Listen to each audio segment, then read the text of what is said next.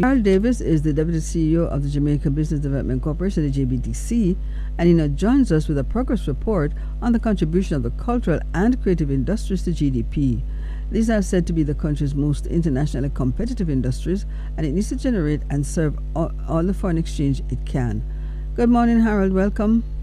Hi, Andrea. How are you this morning? Good, sir. How are you? I am well. Thank you so much. Ralston is there? Yeah, man. I'm yes, here. he's What's here. up? How are you doing, Ralston? Yeah, man. I'm good. I'm good. Great. Okay. Great stuff. So, Harold, the cultural and creative industries. Just remind our listeners what's involved in the cultural and creative industries. Cultural and creative industries globally is recognized by the industries and the sectors that have intangible assets in the main, and assets of the mind, assets that you can't touch and feel in many industries. So we're talking about from the performing arts to the visual arts to film to animation to gaming.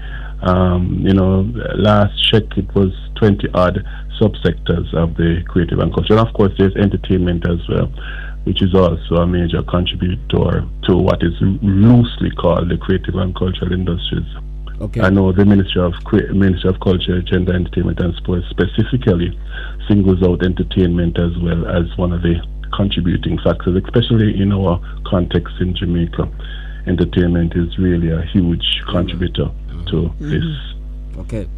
Now, the reason why we have here today, or the reason that we have here today, is that the question was asked of both ministers in the Standing Finance Committee. And Minister Arbinil said that you were conducting a study on the matter, and you never had the numbers. So what's happening with that study? Yeah. So, and if you remember, we had spoken about it. You guys and us had spoken about it a couple of years ago. That's why we called it. Yes, man.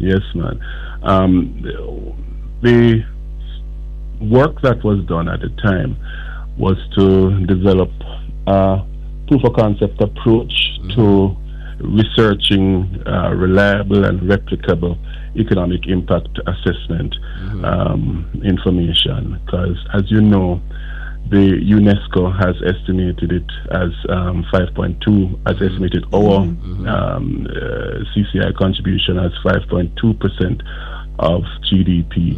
And I know that our ministry has, when I say our ministry, I mean Ministry of Culture, Entertainment, Gender, Entertainment and Sport, looking at a range of 5 to 7%. Right.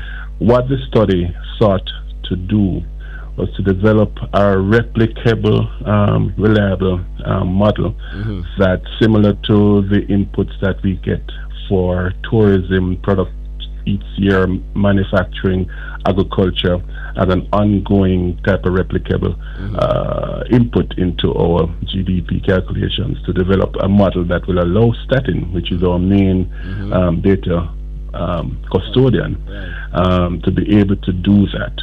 So research was conducted at the time. The project ended in 2024. Okay. Research was conducted at the time to determine and develop the appropriate methodology. Several methodologies were used, both from bottom up, and as Statin calls it, and from top down, as in from the enterprises up, interviewing the enterprises to ask them questions, to look at the national information that we have and work down to find a midpoint. So several research methodologies were used at the time, and like any good study, several recommendations and so on were made, which were forwarded to the Ministry of Culture, Entertainment and Statin at the time. UNESCO was who had supported the effort at the time. As you remember, we had done a mapping exercise that was supported by British Council in 2021, 2022, and one of the key recommendations from that mapping exercise was that we needed a methodology that is replicable and internationally benchmarked within international standards right across the world. So that when we say that our cultural and creative industries value X, the methodology is consistent with everywhere else in the world. Something that is unique also to Jamaica, because Jamaica is normal, as you know.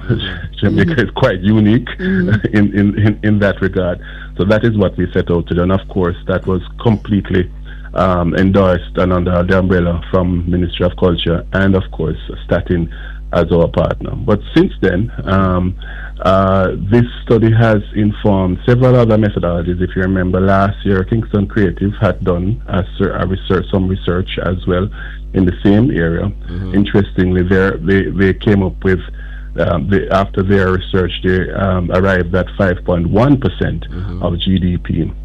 But what we still don't have is that replicable source of information that allows us to, on a continuous basis,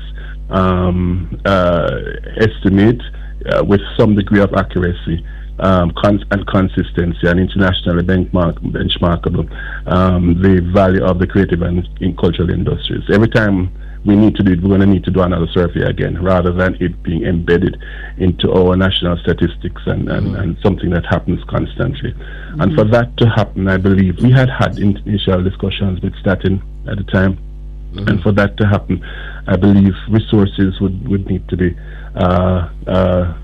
dedicated within Statin for this to happen and so on. But like I said, they are very, very Statin that is very, very excited about this happening, but just it just needs to happen with the relevant resources and so on. Yeah, so that's where we are now. Okay, but do you believe, though, Harold, and I think it's important for this to happen, because what we know is that these industries are starved of capital, and a big part of that is that financial agencies don't understand how to value them because they're intangibles. Absolutely, but and also a major part of it too, Andrea, is the high level of informality of these industries, and it's not a homogeneous comment right across the industries, because there are some subsectors that are by nature have to be quite formalized, like film, for instance. But certainly there is still high levels of informality with the performing arts, and in many instances the visual arts as well, and less so in terms of gamification and animation and things of that nature. So that is also a challenge, you know. Information. Well, so you know the story. I know the story. You know the story, but we have been diligently working on that, and there are also other issues, other challenges that the sector has. Like, for instance, the effectiveness of our industry associations that represent the players in the sector. You have some very strong ones, but by and large, many of the industry associations, you know, for one reason or another, maybe it's resources, maybe support from the government, whatever the reasons, aren't as effective as they ought to be. And in other jurisdictions, how it works is that this flow of information, this data conduit, most times happens through the industry associations. So the picture isn't as simple. It is complex, you know, and what it does, what it speaks to ultimately is focus on providing relevant resources and relevant attention, which I know the government and Minister Grange is very focused on for this period here, but focused on specific resources and attention that needs to happen to develop these industries. Because I believe, as you guys do as well, that this is the gold. Yeah, man. Yeah. This is the oil for Jamaica. I know, I know we're looking for oil and that type of thing, but this natural oil. Yeah. This is the natural oil that will fuel our economy for many years. Yeah, man. It's just a matter of how it is that we structure it, Yes. resource it, focus on it, and so on. And I have seen the new plans that Minister Grange had launched last year, and I know that it is on her radar to make sure that this kind of focus happens. But it's important that this happens and for us to move forward. All right. Thank you, sir. Thank you very much, Yeah, Harold. man. All the best. Thank you so much. Okay. Bye. That was Harold Davis, Deputy CEO of the JBDC, giving us a progress report on the contribution of the cultural and creative industries to GDP. These are said to be the country's most internationally competitive industries, and it needs to generate and save all the foreign exchange at this time.